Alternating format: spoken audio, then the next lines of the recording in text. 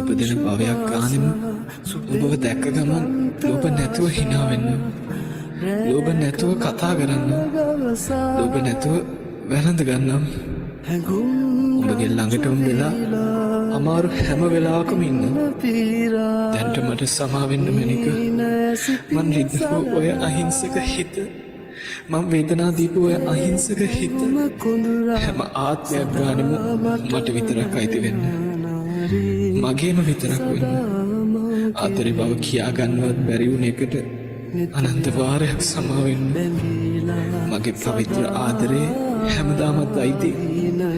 සත්තමයි ඔයාට විතරයි. අරලී මල් තමයි මං කැමතිම මල්.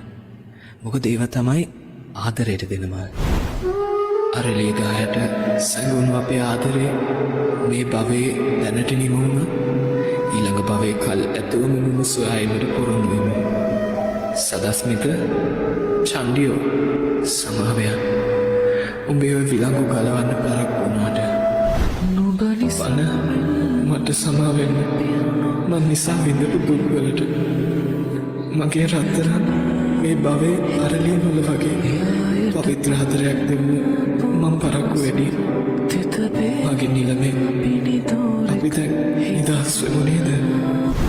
වචන මගේ මැනික උඹට දුන්න පොරොන්දු රකින්න යනවා. ඊළඟ භවයේ මාව හොයාගෙන එන්න. මං ආවා වගේ ඉක්මනටම හොයාගෙන එන්න. ඉතින් ඉස්සරහටත් මගේ රත්තරන් මේ හදවත හැමදාමත් ඔබට විතරමයි. සිදියන සංසති සැලරෙනි